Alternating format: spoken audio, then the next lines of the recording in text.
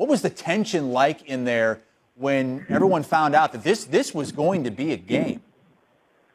You could sense, I don't want to use the word panic. That means maybe overstating it, but there was an anxiety on behalf of the USA squad when they realized that this was not going to be a blowout and this was going to be a game that they were going to have to fight tooth and nail to squeak out the W. They started doing some things uncharacteristically in terms of what we've seen so far through the first couple of games. And really the defense, Chris, is where you have to start. In the first two games against China and Venezuela, suffocating is the word you would use for their defense, and it just didn't click tonight.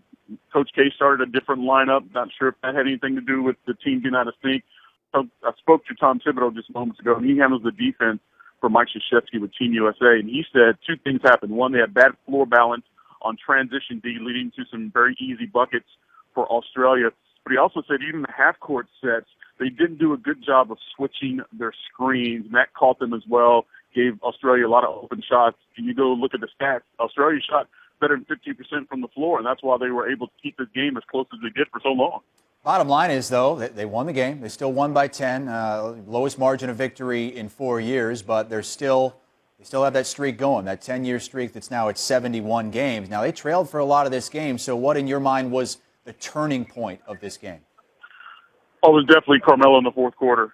He had a string there where he had 4 threes in a row. Kyrie Irving also had a couple buckets in that fourth quarter. I mean, Carmelo was the guy from the very beginning. He had 14 points in the first quarter, and he finished with more than 30 tonight. He was the guy that they needed a bucket the most. He was able to provide it. Now, I will say this. Matthew Dellavedova, Australia, they got a lot of guys on that team that are NBA players, so there was no intimidation factor. And we have to give some credit to Australia. Tom Thibodeau said it. Paul George said it just moments ago as well. These guys have been playing well. They looked very impressive in their first two games prior to playing Team USA tonight. So sometimes you do have to give credit to the other team.